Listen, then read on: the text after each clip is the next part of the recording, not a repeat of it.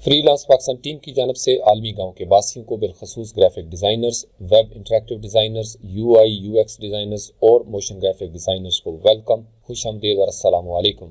All illustrator tools explained in Urdu के नाम से हमारी जो नई सीरीज़ है उसमें आज हम बात करेंगे सीजर्स टूल के हवाले से। सीजर्स यानी कैंची। अगर आप इरेजर टूल के ऊपर लेफ्ट माउस क्लिक करें, थोड़ी देर के लिए होल्ड करें या राइट क्लिक करें तो एक मिनी टूल बार ओपन हो जाती है।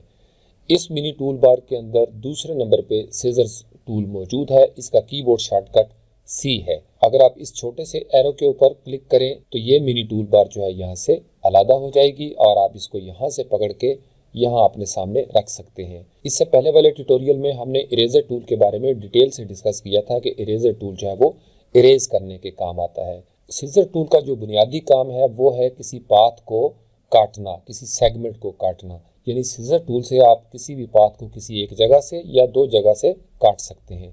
तो बहुत सिंपल सा इस्तेमाल है, लेकिन समटाइम्स हमें इसको इस्तेमाल करना पड़ता है। एक चीज़ इसमें बहुत ज़्यादा ख्याल रखने वाली है, सीजर टूल और इरेजर टूल में जो बुनियादी फ़र्क है कि जब हम इरेजर टूल के साथ किसी चीज़ को इरेज करते हैं तो जितना हिस्सा हमने इरेज किया होता है वो एक मुकम्मल पाथ या क्लोज्ड पाथ हो जाता है।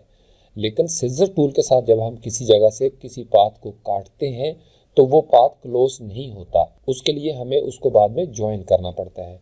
फॉर एग्जांपल, अगर आपने यहाँ से एलिप्स टूल ले लिया और आपने इस तरीके से एक एलिप्स जो है वो ड्रा कर लिया तो ये शेप आपके सामने मौजूद है। और एलिप्स के बारे में जैसा कि आप जानते हैं कि 4 एंकर पॉइंट होते हैं। एक आपको यहाँ पे नजर आता है, एक यहाँ पे, तीसरा यहाँ पे और चौथा यहाँ पे। तो इन 4 एंकर पॉइंट्स के साथ ये हमारा एलिप्स बनता है, एक परफेक्ट सर्कल बनता है। तो अगर हम C प्रेस करें अपने कीबोर्ड से या टूल बार में से यहाँ से सीजर टूल को सिलेक्ट करें तो अब अगर आप इस सीजर टूल को यहाँ पे क्लिक करेंगे तो वो आपको मैसेज आएगा कि please use the scissors tool on a segment और an anchor point but not an end point of a path. इसका मतलब ये हुआ कि अगर आपने सीजर्स टूल यूज करना है तो आपको 2-3 काम करने पड़ेंगे। नंबर 1, आपने ये जो पाथ है इसके ऊपर आप कहीं क्लिक करेंगे या किसी एंकर के ऊपर उस जगह पे क्लिक करेंगे जहां उसका राइट या लेफ्ट कोई पाथ निकल रहा हो। यानी फर्ज कर ले अगर हमने यहाँ से लाइन टूल को सिलेक्ट किया और इस तरीके से एक लाइन हमने ड्रा कर ली तो अब आपका जो सीजर टूल है वो यहाँ तो काम कर सकता है, लेकिन ये चूंकि एंड पॉइंट है लिहाजा यहाँ पे हम उसको यूज नहीं कर सकते। यहाँ आप क्लिक करेंगे तो ये पाथ उसने दरमियान से कैंची की तरह काट दिया। अगर हम A प्रेस करें यानी डायरेक्ट सिलेक्शन टूल को तो यहाँ से आप इस एंकर को पकड़ के मूव भी कर सकते हैं। तो ये बेसिकली अब आपके पास वो जो लाइन टूल था उसको आपने 2 हिस्सों में तकसीम कर दिया इस तरीके से। लेकिन अगर हम इसको कंट्रोल Z करते हैं तो कंट्रोल Z करने के बाद अगर हम सीजर टूल से इस एंड पॉइंट पे, ये एंड पॉइंट है, यहाँ पे अगर हम क्लिक करेंगे तो अगेन हमारे सामने वो एरर मैसेज आएगा कि आप इसको किसी ऐसी जगह पे इस्तेमाल करें जहाँ पे सेगमेंट हो यानी लाइन का हिस्सा हो या वो कोई एंकर पॉइंट हो जिसके अंदर से सेगमेंट निकल रहा हो। एंड पॉइंट के ऊपर हम यहाँ पे इसको क्लिक नहीं कर सकते। तो यहाँ से हम इसको ओके करते हैं और लाइन टूल को हम कीबोर्ड से डिलीट प्रेस कर देते हैं ताकि ये डिलीट हो जाए।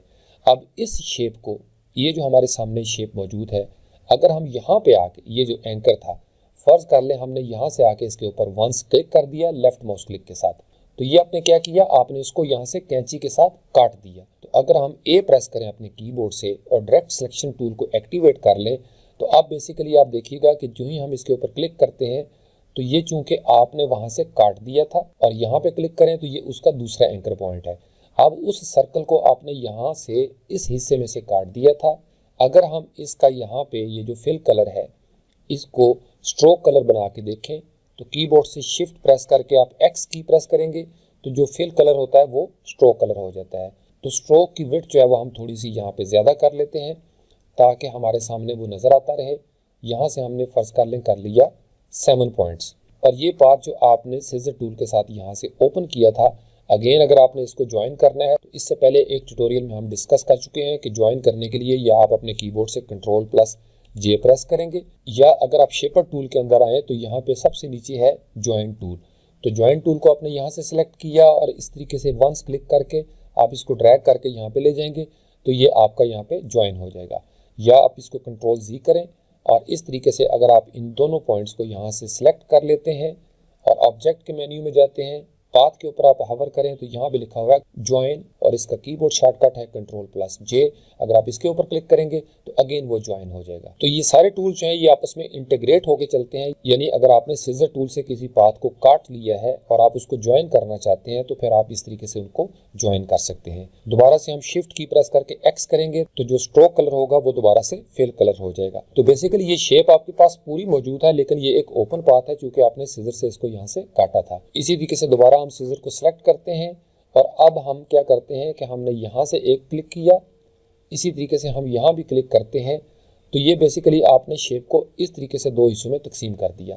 अब आपका ये जो पार्ट था ये अलग हो गया, इस छोटे से पार्ट को आपने अलग कर दिया और ये तीसरा हिस्सा जो था ये इस तरीके से आपके पास सेपरेट हो गया और ये सारे के सारे ओपन पाथ हो गए, क्योंकि किसी भी शेप के ऊपर अगर आप सीजर टूल इस्तेमाल करेंगे तो वो ओपन पाथ हो जाएगा, लेकिन अगर आपने इरेजर टूल के साथ उसको इरेज किया है तो फिर वो जो पाथ होगा वो क्लोज हो जाएगा। यानी अगर हम इसको इरेजर टूल को सिलेक्ट करें और यहाँ से हम इसको इरेज कर दें, ये जो एक शेप थी ये अब मुकम्मल पाथ हो गया है। यानी सीजर टूल के साथ जो ओपन पाथ था वो इरेजर टूल के साथ एक दफ़ा काटने से दोबारा से मुकम्मल पाथ बन चुका है। तो बहुत सारे ऐसे प्रोजेक्ट्स हैं जिसके अंदर हम सीजर टूल का इस्तेमाल करते हैं। जो हम आगे बढ़ेंगे और प्रैक्टिकल प्रोजेक्ट्स के ऊपर काम शुरू करेंगे तो आप ये देखेंगे कि सीजर टूल का इस्तेमाल भी बाज़ औक़ात बहुत ज़्यादा इफेक्टिव होता है। हम इसकी मदद से अपनी कस्टम शेप्स बना सकते हैं। तो किसी भी पाथ को किसी भी जगह से काटना हो तो scissor tool is your best friend. Thank you very much.